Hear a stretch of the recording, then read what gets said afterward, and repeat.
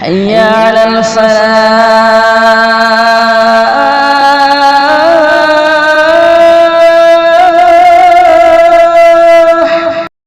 Brown نہر کا علاقہ بھی فتح ہو گیا، ادھر آرمینیا تک پہنچے. یہ تھوڑے سے عرصے کے اندر عظیمتوں کی کیسی داستان رقم کی.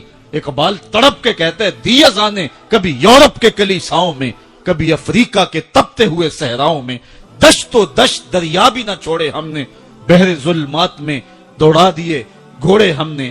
حکمران تو وہ تھے لوگوں کی دہلیز پہ امن دینے والے، لوگوں کی چوکھٹ پہ جو ہے وہ نور بانٹنے والے.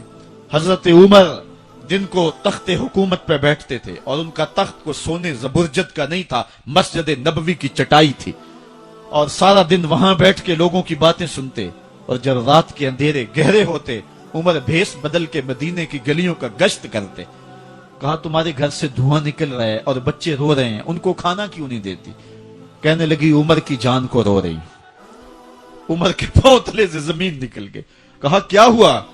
کہا 3 دن سے ہمارے ہاں کھانے کے لیے کچھ نہیں ہے، روزانہ بچے روتے ہیں اور میں ہنڈیا کے اندر پتھر ڈال کر کے نیچے سے آگ ڈالتی رہتی ہوں کہ بچے انتظار کر کر کے سو جائیں گے. کم وقت سو بھی نہیں رہے اور وہ پتھر پکیں گے بھی کیا، اور میں عمر کی جان کو رو رہی ہوں.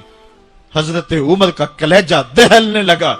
فوراً پلٹے واپس بیت المال میں آئے، گھی کا ایک کنستر لیا، آٹے کی بوری لی، مرچ مسالہ جات بہت کچھ اٹھایا، اپنے کندھے پہ رکھا، بوری اپنی کمر پہ لا دی. عمر بیت المال سے نکلے تو آپ کے خادم اسلم نے دیکھ لیا، آگے بڑھا، کہا میرے آقا میں اٹھاتا ہوں. عمر کی آنکھوں میں آنسو ہے. کہا اسلم قیامت کے دن میرا بوجھ اٹھا لو گے؟ کہا قیامت کے دن تو اپنا اپنا بوجھ اٹھانا پڑے گا. کہا عمر کو آج اپنا ہی اٹھانے دو.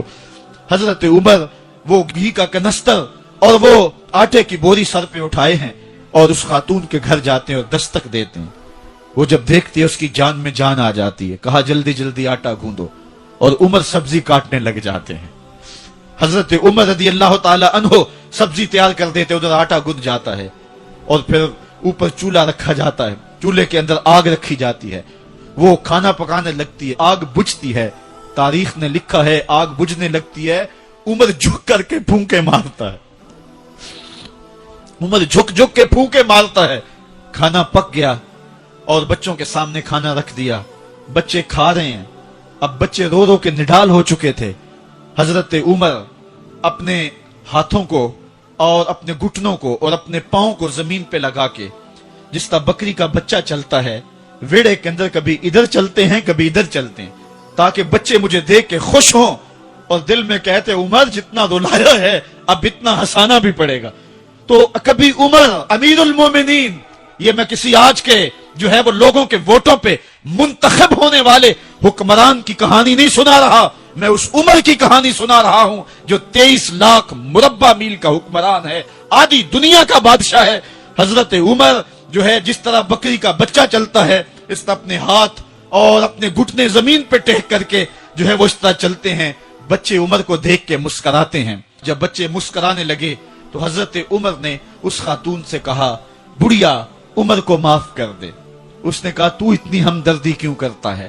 کہا عمر بیچارہ بڑا پھنسا ہوا ہے، فکر ہے اس کو یرموک و فسطاط و حلوان کی، جب فتح ہے مصر تو تیاری ہے ایران کی، آتے جاتے وفد سے ملاقات بھی کرتا ہوگا اور شب کو معلوم حالات بھی کرتا ہوگا.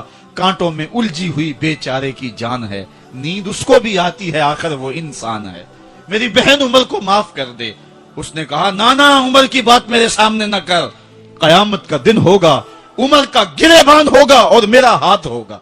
جب اس نے یہ بات کہی تو عمر برداشت نہ کر سکے، بچوں کی طرح بلک بلک کر رونے لگے. کہا وہ بد نصیب عمر تیرے سامنے ہے، آج ہی کہلا جو کہنا ہے، قیامت کے دن مجھے معاف رکھنا. اس نے کہا تو عمر ہے؟ کہا بد نصیب عمر تیرے سامنے کھڑا ہوں. میرے عمر کہتے ہیں اگر دجلہ کے کنارے ایک بکری کا بچہ بھی پیاسا مر گیا، اس کا حساب بھی عمر سے لیا جائے گا.